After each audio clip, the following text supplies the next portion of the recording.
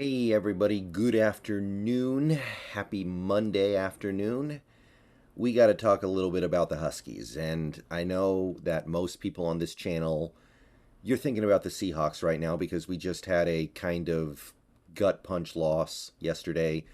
Game we fully expected to win, I think, and it got away from us. I know that that's chief in the forefront of everyone's mind right now when thinking about football, but I got to take an extra video, at least one, to talk about these Washington Huskies and where they sit and what they've done this year and where this is likely going because it's been a really special year.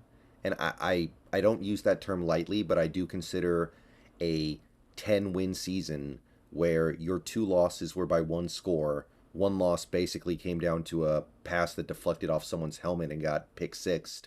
Fluke play, complete fluke play, um, and you put yourself in great position to compete for the top of the Pac 12, and you don't get it by, I'm going to kind of call it a technicality.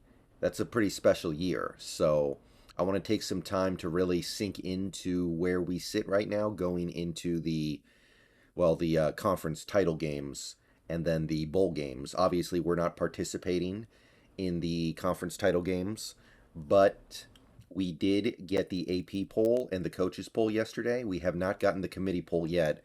The committee poll is unlikely to be radically different.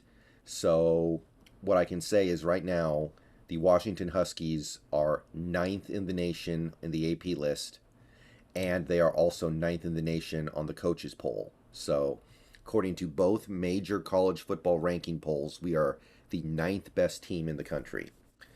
Now, personally, let me put it like this. If you're looking at Tennessee's body of work this year, they're better than Washington and they deserve to be ranked ahead of us. But if you're talking about which team is better right now, we should be ahead of Tennessee because they don't have their best player. They lost their best player. So if you asked other college football teams, who would you rather play next week, Washington or Tennessee? I think a vast majority of them would say Tennessee because they lost Hendon Hooker. Both teams are really similar, actually. Both teams have pretty bad defenses, can't stop anything, but we have our stud quarterback. Tennessee doesn't. So I think we should be above Tennessee if you're looking at it from the perspective of we are better right now. But I can understand Tennessee being ranked ahead because they've been better this year, I think, overall. So either way, Washington sits in the top 10, and they've only got the bowl game left to play. And I think most people know this stuff, but I do want to talk briefly about what the team accomplished on a more individual level because 10 wins, ranking number 9 when the season's just about over.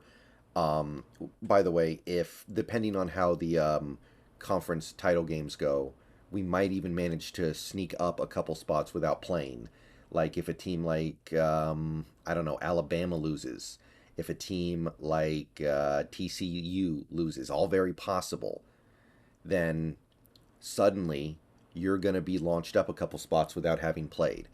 Now, real quick, I do know there's a little bit of bittersweetness here because we are finally ranked ahead of Utah. We have a better record than Utah, but they're the ones who are going to be playing USC.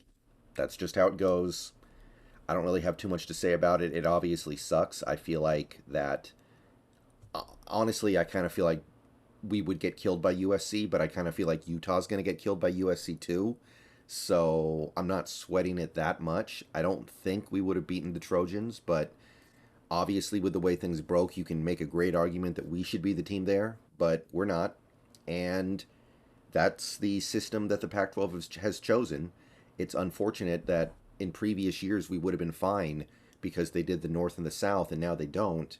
So it in its own way, it does kind of hurt, but I want to stress that. I don't think we're going to beat USC if we get that game anyway, so I'm not going to waste too much time being upset about it. But there is a little bit of bittersweetness to see that we're ranked 3 spots ahead of Utah. We have a better record overall than Utah, and yet the Pac 12 rules dictate that it's them. So, what else can you say? But I want to talk about a couple of aspects of this team. First of all, Michael Penix, I mean, he's clearly our best player. He's clearly our star player.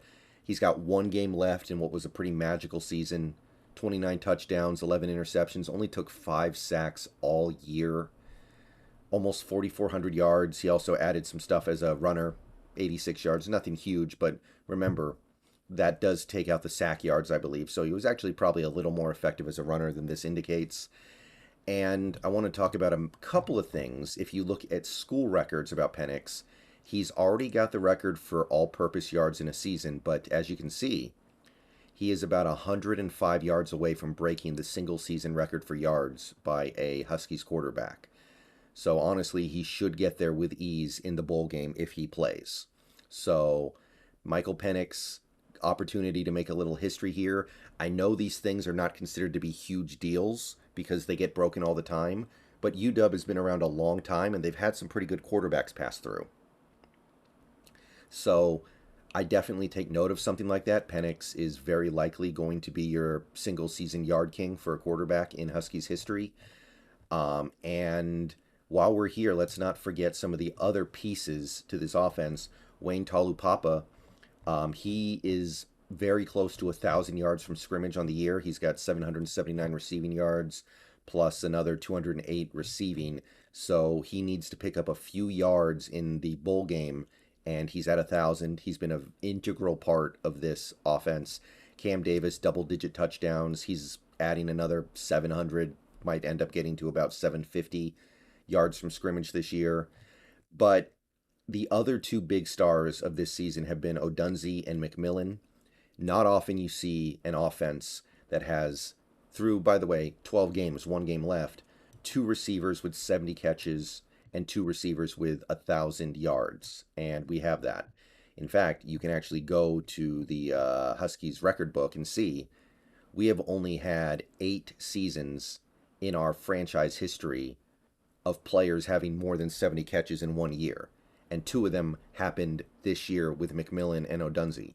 So we've certainly never had 2 receivers in 1 year have over 70 catches, and we've certainly never had a season where you had 2 receivers go over 1,000 yards until now.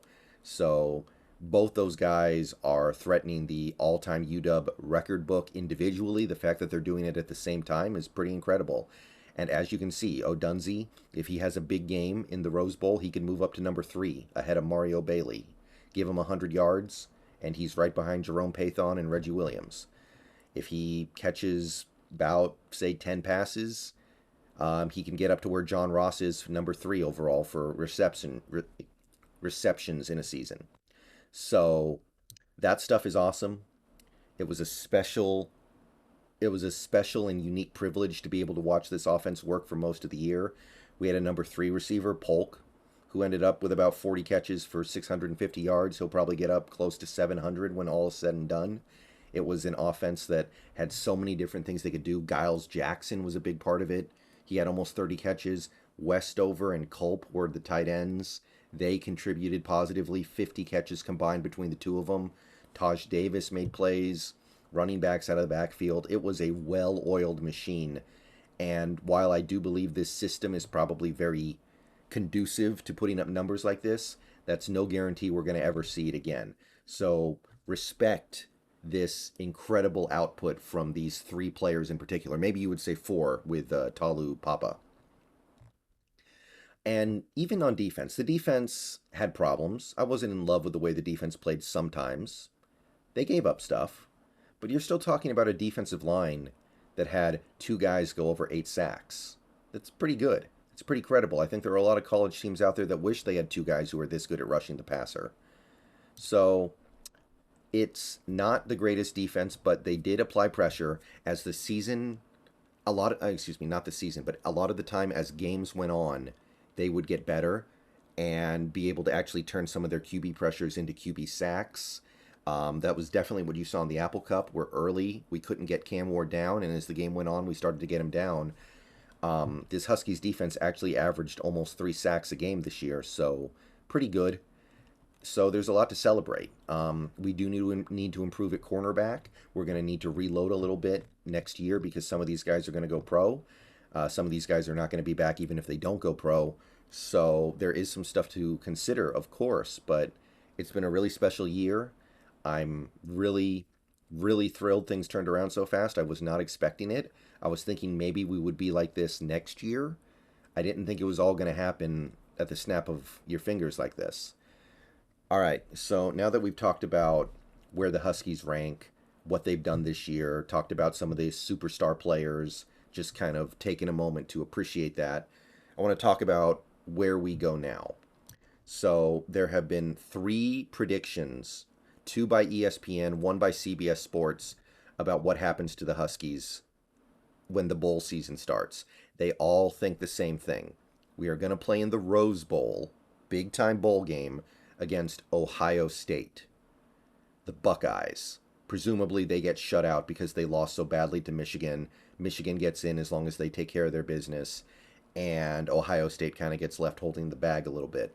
Even though, to me, they look like they're probably a better team than TCU or USC. They, they, they lost to Michigan, and they lost kind of badly, so they don't deserve that benefit of the doubt, I guess.